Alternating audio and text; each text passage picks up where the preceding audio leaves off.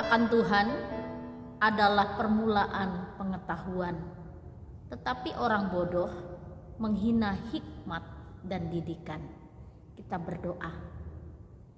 Terima kasih untuk hari baru yang Tuhan berikan kepada kami, sehingga pada pagi hari ini kami boleh merasakan pemeliharaan Tuhan. Kami bersyukur juga di tengah-tengah keluarga Engkau sudah mengaturnya begitu baik. Ada kepala rumah tangga, ada istri, ada anak-anak, dan di dalam keluarga lah Tuhan kami boleh belajar banyak hal. Belajar mengasihi, belajar mengampuni, belajar memberi, dan saling memperhatikan. Terima kasih untuk keluarga yang sudah Tuhan bentuk bagi kami. Dan biarlah kami pertahankan hubungan kekeluargaan kami. Dan kami rindu di dalam keluarga kami ada damai sejahtera, ada sukacita.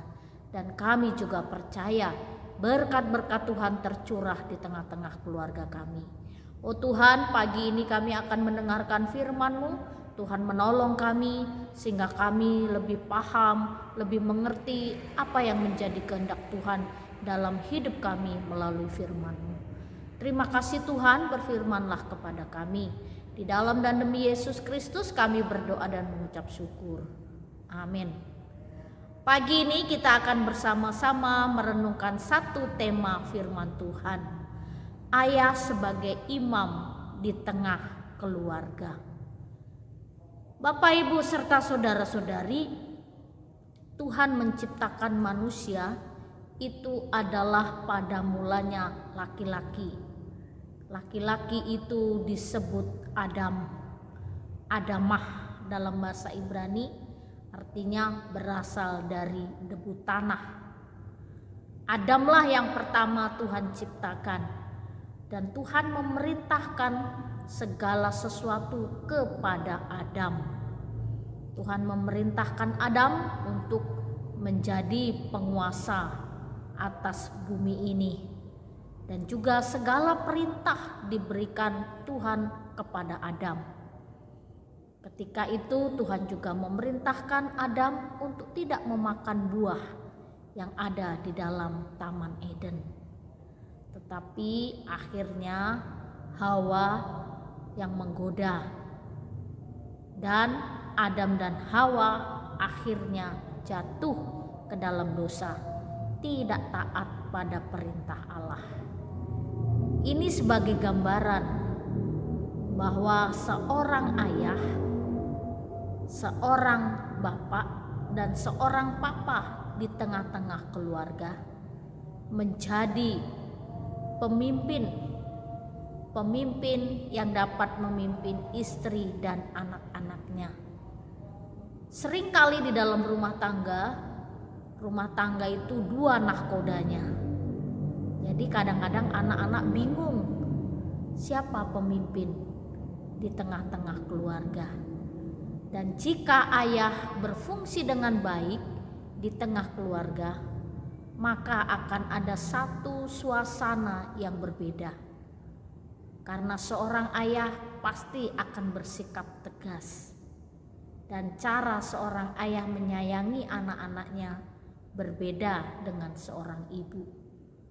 Tapi banyak orang katakan bahwa perempuan memiliki peranan penting dalam keluarga. Itu juga tidak salah. Lalu seorang ayah dan ibu mempunyai peran yang sama-sama penting. Akhirnya di tengah keluarga kita harus bisa berbagi peran. Ada sesuatu yang tidak bisa dilakukan oleh seorang ibu dan juga tidak bisa dilakukan oleh seorang ayah. Setegas-tegasnya seorang ibu, anak masih menghormati, menghargai apa yang dikatakan oleh ayah. Jadi pagi ini firman Tuhan mengingatkan kepada kita bahwa ayah sebagai imam di tengah-tengah keluarga. Lalu ada 3 fungsi ayah sebagai imam di tengah-tengah keluarga. Yang pertama, seorang ayah berhak memberikan persembahan korban kepada Tuhan. Lalu yang kedua, menjadi pendoa syafaat. Dan yang ketiga, memberkati anak-anak dan istri. Inilah yang dilakukan oleh Ayub. Ayub memberkati keluarganya, memberkati anak-anaknya. Di dalam Ayub pasal yang pertama di ayat yang ke-5, demikian bunyi firman Tuhan. Setiap kali apabila hari-hari pesta telah berlalu, Ayub memanggil mereka dan menguduskan mereka. Keesokan harinya pagi-pagi bangunlah Ayub, lalu mempersembahkan korban bakaran sebanyak jumlah mereka sekalian.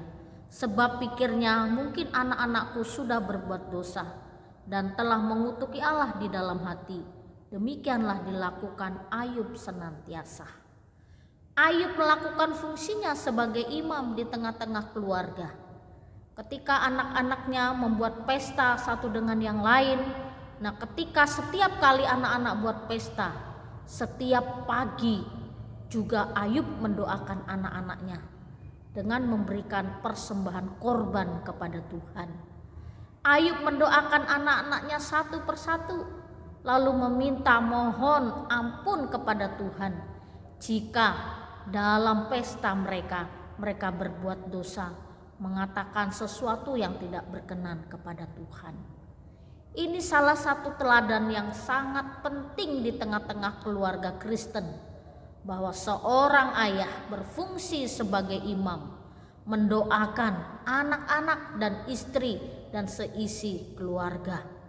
Dan Ayub lakukan itu senantiasa, bukan hanya sekali.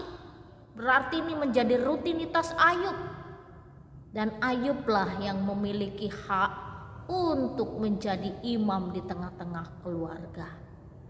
Bapak, Ibu, serta saudara-saudari, jika seorang ayah memiliki fungsi yang baik dan berperan dengan baik di tengah-tengah keluarga, keluarga itu pasti kuat.